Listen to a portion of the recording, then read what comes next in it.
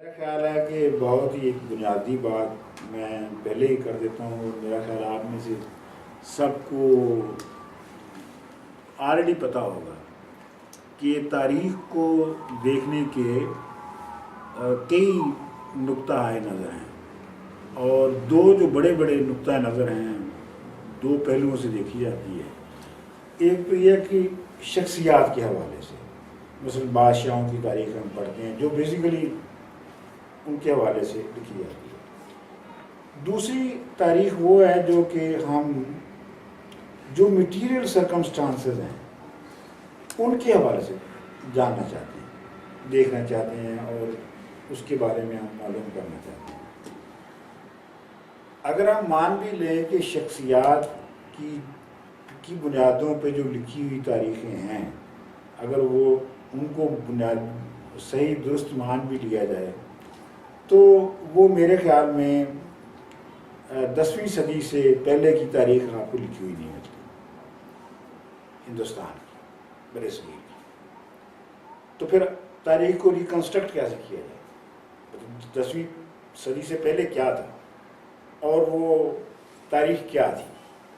تو نیچرلی پھر ہم یہ دیکھتے ہیں کہ تاریخ کو کنسٹرکٹ کرتے ہیں جو مختلف میٹیریل شواہد ملتے ہیں۔ جیسے کہ جب آپ ہڑپا میں جاتے ہیں، اگر آپ ہڑپا میں جاتے ہیں تو آپ ایک میٹیریل بیس دیکھ رہے ہیں وہاں کہ باقاعدہ گلیاں بنی ہوئی ہیں، باقاعدہ جو ہے وہ سیوریج کا سسٹم ہے وغیرہ وغیرہ۔ تو آپ اس سے پھر اندازہ لگاتے ہیں کہ اگر یہ سوسائٹی یہ ایک اربن سینٹر تھا تو اس کا مطلب یہ ہے کہ یہ جو اربن سینٹر ہے، اربن سینٹر بننے کی کچھ بنیادی 8-10 وجوہات ہوتی ہیں جو لازمی طور پہ موجود ہونی چاہیے، جو سوسائٹی میں ڈیولپمنٹ کی ایک خاص اسٹیج پہ جا کر اربن سینٹر بنتے ہیں، اس سے پہلے وہ رورل ہی رہتے ہیں۔ تو آپ پھر اس سے ایک پوری تاریخ جو ہے وہ ریکنسٹرکٹ کرتے ہیں کہ اس میں سے مختلف چیزوں کا، یعنی مثال کے طور پہ کہ اگر اربن سینٹر بنا ہے تو اس کا مطلب یہ ہے کہ رورل جو ایگریکلچر بھی ہوگا، کیونکہ اربن سینٹر جو ہے اس کو بغیر انف فوڈ اور انف پروڈکشن کے اس کو آپ سسٹین نہیں کر سکتے۔ اس کا مطلب ہے اگر وہ تھا تو اس کا مطلب ہے کہ کوئی ٹرانسپورٹیشن کے بھی ذرائع ہوں گے، اگر ٹرانسپورٹیشن کے علاوہ کوئی انٹرمیڈیٹریز بھی ہوں گے، کوئی ٹھیکیدار ہوں گے، کوئی آڑتی ہوں گے، کوئی کچھ ہوگا، ٹھیک۔ تو آپ ایک پوری تصویر جو ہے مادی حالات اس کے دیکھ کر اس کے جو موڈ آف پروڈکشن ہے یا پیداوار کے جو اوزار تھے یا اس کی جو ساخت ہے، اس سے آپ تاریخ کو ریکنسٹرکٹ کرتے ہیں۔ اور اس میں مثلاً ہڑپے کو ہی اگر آپ دیکھیں تو ہڑپا 1، ہڑپا 2، ہڑپا 3 3 فیزز ہیں اس کی، اور ان تینوں کے درمیان کس طرح سے ترقی ہوتی ہے وہ آپ اس سے ایک تاریخ مرتب کرتے ہیں۔ تو میرے خیال میں یہ ایک بہتر طریقہ ہے تاریخ کو دیکھنے کا۔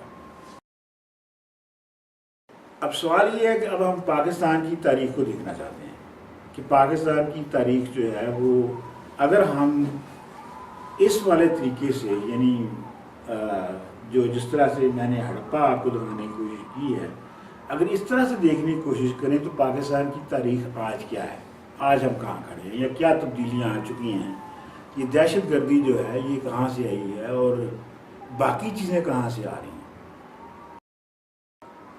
عام طور پہ دہشت گردی کو ہم ضیاء الحق کے ذمہ ڈال دیتے ہیں، اس کے نام پہ ڈال دیتے ہیں، اور پھر ہم یہ بھی کہتے ہیں کہ جی ضیاء الحق کا بھی کیا قصور تھا، بھٹو صاحب اس سے پہلے شروع کر چکے تھے، وغیرہ وغیرہ وغیرہ۔ تو اس میں ہم ضیاء الحق کی شخصیت، بھٹو کی شخصیت اور باقی شخصیات پہ یہ کام آسان ہوتا ہے۔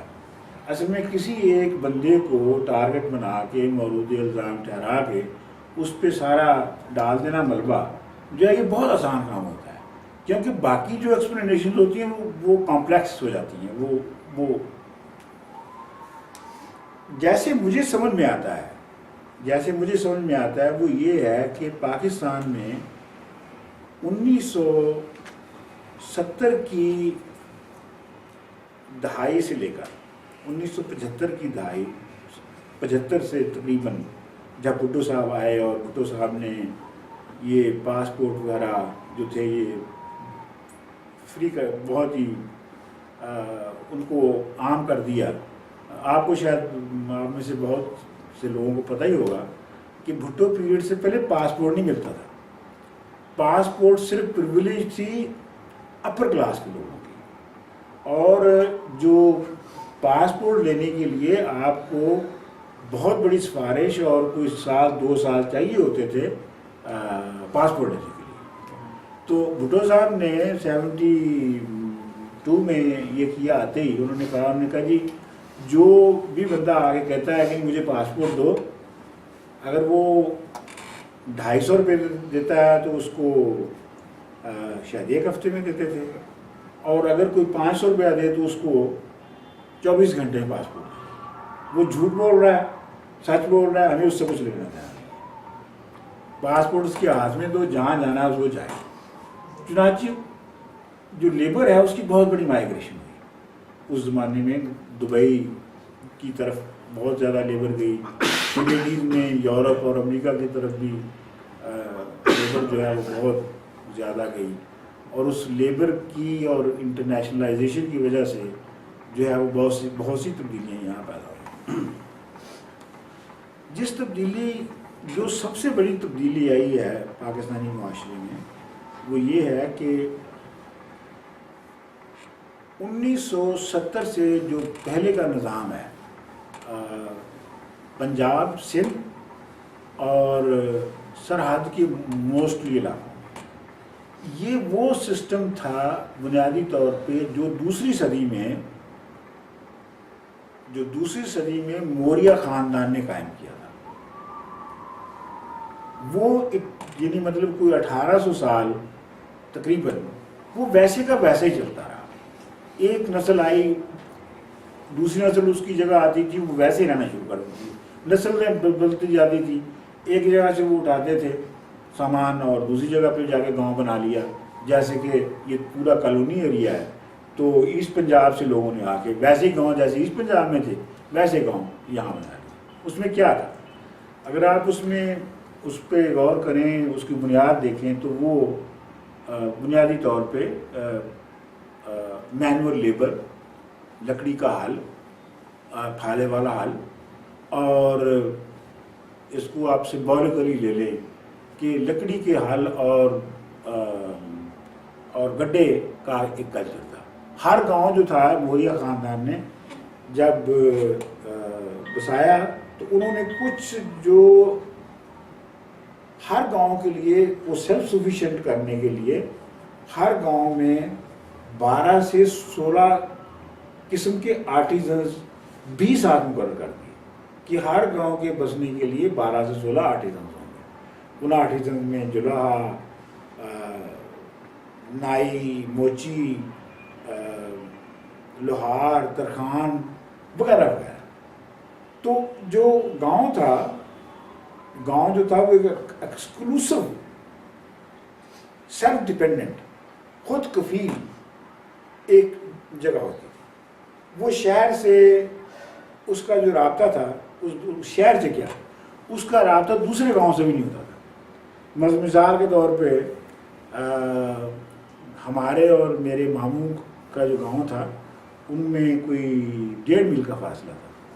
پھر میں بعد میں جا کے وہاں اسکول میں پڑھتا بھی رہا, لیکن پورا سال انتظار کرتے تھے کہ گرمیاں کی چھٹیاں آئیں گی تو ماموں کے گاؤں جائیں گے, اور ماموں کے گاؤں جانے کے لیے باقاعدہ کپڑے بنتے تھے, نئے کپڑے تیار ہوتے تھے. 1.5 میل دور گاؤں ہے, اور جا کے وہاں لگتا تھا کہ جیسے بہت ہم دور سے مہمان آئے ہوئے ہیں. تو میں آپ کو صرف یہ جو سینس آف اسپیس ہے اور جو تنہائی ہے گاؤں کی اس پورے 1800 سال میں وہ آپ کو بتانے کی کوشش کر رہا ہوں. اسی سوسائٹی کی بنیاد پر جو اربن سینٹر تھے ان کی بھی مخصوص خصوصیات تھیں, مخصوص کلاسز تھیں, مخصوص یعنی مطلب ایک رولنگ کلاس ہے اس کی ایک ترتیب تھی. پھر انگریز آیا, انگریز نے بھی بائی دا وے مغلوں نے اور انگریز نے دونوں نے آ کر اس بنیادی سٹرکچر کو اس نے کچھ نہیں کیا. بنیادی سٹرکچر انہوں نے ویسے کا ویسے رہنے دیا.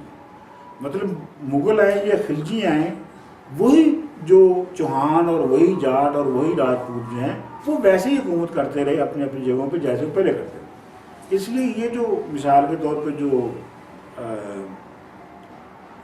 ہندوستان پہ یا پنجاب پہ مسلمانوں کی حکومت کا ہم ذکر بہت کرتے ہیں کہ جی مسلمانوں نے 1000 سال حکومت کی، لیکن اگر آپ 1947 کا 1940 کے آپ سینسس دیکھیں لاہور شہر کی، تو آپ کو پتہ چلتا ہے کہ جو مسلمان ہیں وہ نہ تعلیم میں ہے، نہ بیوروکریسی میں ہے، وہ کسی یعنی اسکلڈ یا جو ہائر لیول کی جو جاب ہے اس میں موجود نہیں ہے. وہ یا آرٹیزنز ہیں یا مزدور ہیں، اور چھوٹی سی ایک مڈل کلاس ہے لاہور کی. باقی کون تھا؟ باقی تمام لوگ جو تھے وہ موسٹلی ہندو تھے.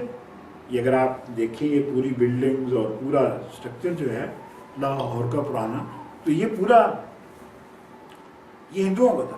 کہنے سے مراد یہ ہے کہ بظاہر تو اوپر مسلمان بادشاہ بیٹھا ہوا تھا یا مسلمان صوبے دار آ جاتا تھا، فوج بھی ہو سکتا ہے مسلمانوں کی اس میں زیادہ ہو، لیکن ایکچولی جو ملک کو یا صوبے کو جو چلا رہے تھے وہ وہی رولنگ کلاسز تھیں جو مسلمانوں کے آنے سے پہلے تھیں.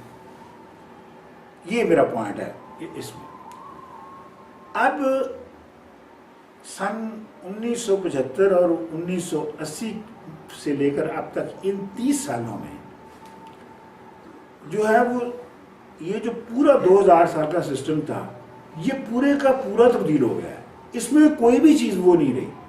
مطلب مشینی پیداوار آ گئی، گاؤں کی اکانومی جو ہے وہ ٹوٹلی مونیٹائز ہو گئی ہے. اس میں اب کہیں یعنی جنس کے بدلے کام کروانے کا کوئی تصور نہیں رہا. مطلب مجھے یاد ہے کہ جب میں ہائی اسکول ختم کر کے اپنے گاؤں سے نکلا تھا، تو مجھے یاد ہے کہ سردیوں میں یہ کپاس کی چنائی ہوتی تھی. تو کپاس جو چننے والیاں ہوتی تھیں وہ لاتی تھیں، تو میری ماں ہر ایک کی کپاس جو آپ کی ڈھیری ہے اس کی 20 ڈھیریاں لاتی تھیں. تو وہ کہتی تھی اچھا جی ایک جو آپ کو بڑی لگتی ہے وہ اٹھا لیں. تو وہ جو چننے والی ہوتی تھی وہ ایک ڈھیری اٹھا لیتی تھی. اب میں نے جا کے دیکھا کہ اب وہ 8 روپے پر کلو چنتی ہے. یعنی اب جو تعلقات ہیں وہ مونیٹائزڈ ہیں، ٹوٹلی ڈفرینٹ ہیں. ان کی وہ بنیاد ہی نہیں ہے. اب جو اس سے مثلا اگر آپ گاؤں میں ہی دیکھیں تو اس میں جو کلاسوں کا جو طبقات کا جو آپس میں تعلق تھا وہ بدل چکا ہے. اب مطلب آپ دیکھ سکتے ہیں کہ ایک جو پہلے آرٹیزن تھا کمی تھا، اب وہ جو زمین والے ہیں ان سے زیادہ امیر ہے یا اس کا کاروبار اس سے پہلے بہتر ہے. تو یہ جو پورا طبقاتی سٹرکچر تھا، میں یہ نہیں کہہ رہا کہ وہ اچھا ہوا یا برا ہوا، میں صرف یہ کہہ رہا ہوں یہ ہوا، وہ تبدیل ہو گیا. چنانچہ اسی کی بنیاد پر جو شہروں کی اکانومی ہے، اربنائزیشن جو ہو رہی ہے، وہ بھی اسی کی بنیاد پر ہو رہی ہے. اب اس سوسائٹی کے لیے جو نظریہ اور جو ریاست ضروری تھی وہ ایک دوسرے کو ریپلیس کرتی تھی، لیکن اس کی ایک خاص نوعیت تھی. مثلا اگر ہندوازم ہے اور ہندو رولنگ کلاس ہے تو وہ ایک خاص طرح کی اس کا سٹرکچر ہے، لیکن وہ فل ان حالات کے مطابق، ان معاشی حالات کے مطابق. اس کے بعد مسلمان آتے ہیں تو آپ دیکھتے ہیں کہ تقریباً وہی سٹرکچر جو ہے رولنگ کلاسز کا وہی قائم رہتا ہے. اس میں سے نام تبدیل ہو جاتے ہیں، کچھ رولنگ کلاسز جو ہیں وہ مذہب تبدیل کر لیتی ہیں، اور پھر وہ بعد میں جب پنجاب میں جب یہ سکھزم کی موومنٹ چلتی ہے تو ان میں سے بہت سی رولنگ کلاسز جو ہیں وہ سکھ بن جاتی ہیں. تو لیکن ان کی جو ترتیب ہے اس میں وہ خاص فرق نہیں آتا. اب یہ جو میکنائزیشن ہوئی ہے پیداوار کی ہر سطح پہ، بہت ہی بنیادی سطح سے لے کر اوپر تک، اس نے پورے کا پورا جو انسانوں کا آپس کا تعلق بدلا ہے. اس نے جو پرانی آئیڈیالوجی تھی اس کو بھی ریلیونٹ کیا, اور اس نے پرانی طرح کی جو اسٹیٹ تھی وہ بھی اب اس سے میچ نہیں کرتی. وہ اسٹیٹ اب اس سوسائٹی, پرانی والی اسٹیٹ جو ہے وہ اس سوسائٹی کو چلا نہیں سکتی. نتیجہ کیا ہے؟ نتیجہ یہ ہے, ایک بات میں یہاں کرتا چلوں, وہ یہ ہے کہ جب اس طرح کی صورتحال تاریخ میں کبھی بھی پیدا ہوتی ہے جس میں جو ذرائع پیداوار ہیں جب وہ ٹوٹلی بدل جاتے ہیں, تو اس سے ایک غیر یقینی سماج میں ایک غیر یقینی ذہنی صورتحال پیدا ہو جاتی ہے. یعنی پرانا ریلیونٹ نہیں رہا, پرانا نیا بنا نہیں ہے, اب درمیان میں ہے. پہلے آپ لوہار کے بیٹے تھے, آپ لوہار کے بیٹے ہیں تو آپ نے لوہار ہی بننا ہے, ٹھیک. لیکن اس میں دونوں پہلو ہیں. ایک تو آپ لوہار کے بیٹے کے علاوہ کچھ بن نہیں سکتے, یہ تو اس کا ہو گیا نیگیٹو. پازیٹو اس کا یہ ہے کہ آپ لوہار کے بیٹے ہوتے ہوئے آپ ڈپٹی کمشنر بھی آپ بن سکتے ہیں. یعنی پہلے والے سسٹم میں آپ کی جاب اور آپ کی روزی جو ہے وہ ایشورڈ ہے, لیکن آپ اپنی پوزیشن, سوشل پوزیشن نہیں تبدیل کر سکتے. اب یہ ہے کہ اب آپ کی روزی ایشورڈ نہیں ہے, آپ سوشل پوزیشن تبدیل کر سکتے ہیں, لیکن آپ بھوکے بھی مر سکتے ہیں. لوہار جو پرانا تھا اس کا بیٹا بھوکا نہیں مر سکتا تھا, اب کا جو لوہار ہے اس کا بیٹا بھوکا بھی مر سکتا ہے, وہ اپنا مل اونر بھی ہو سکتا ہے. تو یہ جو ایک غیر یقینی صورتحال سوسائٹی میں پیدا ہوتی ہے, میرے خیال میں یہ اس سے جو سوسائٹی کا بہت بڑا حصہ ہے وہ جب نئی آئیڈیالوجی پیدا نہیں ہوتی تو وہ بنیادی طور پہ پرانی جو آئیڈیالوجی ہوتی ہے اس میں پناہ لینی شروع کر دیتا ہے. اس میں وہ جا کے اس کو اپنے اوپر اوڑھ لیتا ہے. میرے خیال میں پاکستان میں ہی نہیں بلکہ ہندوستان میں بھی, اور یعنی اگر آپ خالصتان کی موومنٹ دیکھیں کس سٹیج پہ آئی, اس کی نوعیت کیا تھی. اگر آپ یو پی میں اگر آپ یہ کاؤ بیلٹ جس کو ہم کہتے ہیں, اگر آپ کاؤ بیلٹ میں دیکھیں کہ وہاں مذہب کی جو انتہا پسندی ہے وہ کہاں سے آ رہی ہے, پورے شمالی ہندوستان میں مذہب میں انتہا پسندی کہاں سے آ رہی ہے, تو میرے خیال میں اس کی جو بنیادی جو روٹس ہے وہ اس نظام, پرانے نظام کے تبدیل ہونے میں ہے. اور ابھی تک, لیکن اس میں یہ میں کہتا چلوں کہ یورپ وغیرہ میں ایسا ہوا ہے کہ جو ذرائع پیداوار ہیں ان میں مرحلہ وار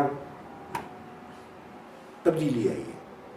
300-400 سال لگے ان کو لکڑی کے ہل سے ٹریکٹر تک جانے میں. ہماری یہ ہے کہ ہم لکڑی کا ہل چھوڑ کے 1 سال میں ٹریکٹر پہ بیٹھ گئے ہیں. یہ بہت بڑا صدیوں کا فاصلہ ہے جو کہ ہم نے جمپ کر کے ہم وہاں پہنچ گئے. یورپ میں اسی کے ساتھ ساتھ ریاست بھی بدلتی رہی ہے, لیکن اگر آپ یورپ کی تاریخ بھی دیکھیں اور کسی بھی ملک کی تاریخ دیکھیں تو اس بہت سے لمبے تاریخی دوروں میں یہ مذہبی جنگیں, فرقہ واریت, یہ سارا کچھ رہا ہے. جب بھی یہ کوئی ہمارے یہاں یا وہ یونیک یا نئی چیز نہیں آ رہی, لیکن میرے خیال میں اس کی بنیادی وجہ جو ہے وہ ہمارا جو پورا نظام ہے اس میں بنیادی تبدیلی ہے کہ اب جو سوسائٹی ہے وہ ایک نئی طرح کی اسٹیٹ, ایک نئی طرح کی آئیڈیالوجی اور ایک نئے طرح کے نظام کی طلبگار ہے. جب وہ آپ کو موجود نہیں ملتا, جب آپ کے سامنے وہ نہیں آتا, جب پیش نہیں کیا جاتا یا وہ مارج وجود میں نہیں آتا, تو لوگ جو ہیں وہ یا تو بہت ہی پرانے سسٹم میں چلے جاتے ہیں اور یا پھر کوئی دوسری کیا کہنا چاہیے، جس کو اخلاقی طور پہ تو آپ بے راہ روی کہہ سکتے ہیں، یا آپ کہہ سکتے ہیں کہ آپ ایک بھونڈی قسم کی ماڈرنائزیشن، یا میں آپ کو اس کا ایک انڈیکیٹر بتاتا ہوں. میں اپنے گاؤں میں رہ کے آیا ہوں، کوئی مہینہ مجھے وہاں رہنا پڑا. گاؤں میں نے دیکھا کہ دو طرح کے عجیب و غریب فنامنا جو ہے وہ میں نے کنٹراسٹنگ فنامنا دیکھا. ایک طرف تو یہ ہے کہ اس گاؤں میں 82 لاکھ روپے خرچ کر کے ایک شاندار مسجد جو ہے وہ تیار کی. 82 لاکھ گاؤں میں، اور سنا کہ پیسے پھر بھی ان کے پاس بچ گئے، جس سے انہوں نے پھر اس کو بدصورت بنانے کے لیے آگے برآمدیں بنائے وغیرہ وغیرہ. ٹھیک تو، اور اس کے سامنے پہلے نہیں ہوتا تھا، اس کے سامنے اسی کے مقابلے میں شیعوں کی امام بارگاہ بھی اسی شان و شوکت سے تیار ہو رہی ہے. ایک طرف یہ ہو رہا ہے. دوسری طرف مجھے بہت سے لوگوں نے یہ بتایا کہ گاؤں میں اب کم از کم 40 سے لے کر 50 عورتیں جو ہیں وہ روزانہ شراب پیتی ہیں. اچھا، اور مرد جو ہیں ان میں جو ہے وہ جو ڈرگز لیتے ہیں ان کی تعداد جو ہے وہ پہلے جو پہلے والا زمانہ تھا تو اس میں ہوتا تھا کہ ایک دو گاؤں میں شرابی ہوتے تھے، وہ نون ہوتے تھے لوگ، ایک دو بھنگی ہوتے تھے، وہ بھی نون ہوتے تھے، افیمی چرسی. وہ پورے گاؤں میں وہ 5-6 لوگ ایسے ہوتے تھے اور لوگوں نے ان کو معاف کیا ہوتا تھا. اب باقاعدہ شراب لے کر شام کو گاڑی آتی ہے جو شراب ڈسٹریبیوٹ کرتی ہے کنزیومرز میں، اور وغیرہ وغیرہ. نہیں، یہ میں نے یہ بھی پتہ کیا ہر گاؤں میں ہو رہا ہے. یہ کامن فنومینا ہے، یہ کامن فنومینا ہے. کہنے سے مراد یہ ہے کہ ایک طرف تو آپ بہت ہی قدیم سسٹم میں کو اپنا کر اپنے آپ کو سیو کرنے کی کوشش کر رہے ہیں، یعنی مذہب کی بھی بہت پرانی شکل وہاں پہ. اور دوسری طرف یہ ہے کہ آپ جو عام سوشل نارمز تھے ان کو بھی نہیں مان رہے. یعنی ایک حصہ اس ایکسٹریم پہ جا رہا ہے، دوسرا حصہ ایک بالکل ہی دوسری ایکسٹریم پہ جا رہا ہے. یہ کہنے سے مطلب تھا. تو میرے خیال میں یہ جو دو ایکسٹریمز ہیں اور ان کے درمیان ان بٹوین بہت سی پوزیشنز ہیں جو کہ یہ ہمیں دکھاتی ہیں کہ اب اس ملک میں یا اس خطے میں جو ہے وہ ایک نئی طرح کی نظریہ، اور بے شک وہ سرمایہ داری نظریہ ہو، میں یہ بھی نہیں کہتا کہ وہ ضروری سوشلزم ہوگا، لیکن وہ بفٹنگ نظریہ ضرور ہوگا جو کہ اس طرح کے پیداواری نظام کے ساتھ جو میچ کرتا ہو، جو گڈھے اور ہل والے نظام والا نہ ہو، جو کہ مشینی پیداوار کے ساتھ لگا کھاتا ہو.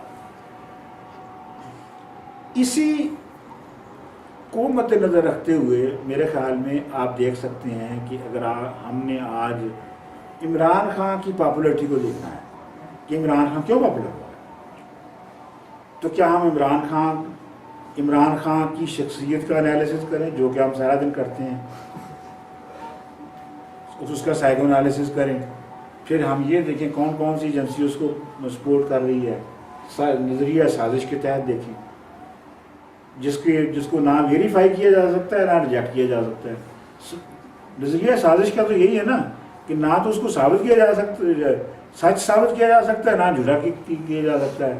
آپ نے کہہ دیا کہ جی وہ ایجنسیوں کا نمائندہ ہے تو اب ٹھیک ہے، کیونکہ وہ طالبان کی حمایت کرتا ہے اور حکومت بھی طالبان کی حمایت کرتی ہے تو موسٹ لائکلی وہ ہوگا. لیکن کیا اس کی شخصیت کے اس انالیسس سے، جو ایک کرکٹر بھی تھا وغیرہ وغیرہ وغیرہ، کیا ہم اس کی شخصیت سے جو لوگ ہیں، جو لوگ چاہ رہے ہیں، جو لوگ اس کے ساتھ جا رہے ہیں، کیا ہم اس کا صحیح انالیسس کر سکتے ہیں؟ میرے خیال میں نہیں کر سکتے. اس لیے میرا خیال ہے ہمیں ان لوگوں کا انالیسس کرنا چاہیے، عوام کے ان حصوں کا جو اس کے پیچھے جا رہے ہیں. وہ کیوں جا رہے ہیں؟ مطلب اگر آپ دیکھیں یہاں جو مینار پاکستان پہ اس نے جو جلسہ کیا تھا تو اس میں ایسے لوگ پروبیبلی زیادہ تھے جو ویسٹرنائزڈ ہیں، جو طالبان جو ہیں ان کو برداشت ہی نہیں کر سکتے، یعنی وہ by their very living style they are anti Taliban, they must be anti Taliban. تو اس میں بھی اگر آپ دیکھیں کہ یہ جو آیا ہے، یہ جو تبدیلی آئی ہے، جیسے میں کہہ رہا ہوں کہ پیپلز پارٹی اور مسلم لیگ نون بھی ایک ٹرانزٹری پیریڈ کی پارٹیاں تھیں، یعنی وہ ٹرانزیشن جو 1967 سے لے کر ہم دیکھتے ہیں کہ 80s تک ہوئی، اس کے لیے یہ پارٹیاں بنی تھیں. مسلم لیگ نون تو خیر مسلم لیگ کے دڑوں سے بنی جو اس سے بھی پرانا حصہ تھا. پیپلز پارٹی جو تھی وہ ہماری والی جنریشن کو ریپرزینٹ کرتی تھی.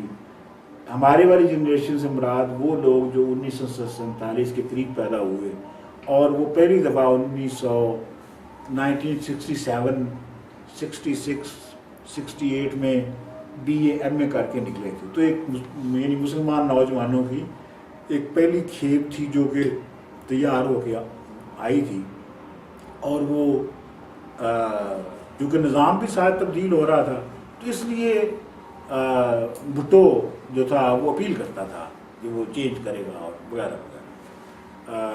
بھٹو کو بھی بہت سی چیزیں معاف کی ہوئی تھی لوگوں نے، مثال کے طور پر اس کی اخلاقیات، اس کی شراب نوشی وغیرہ وغیرہ.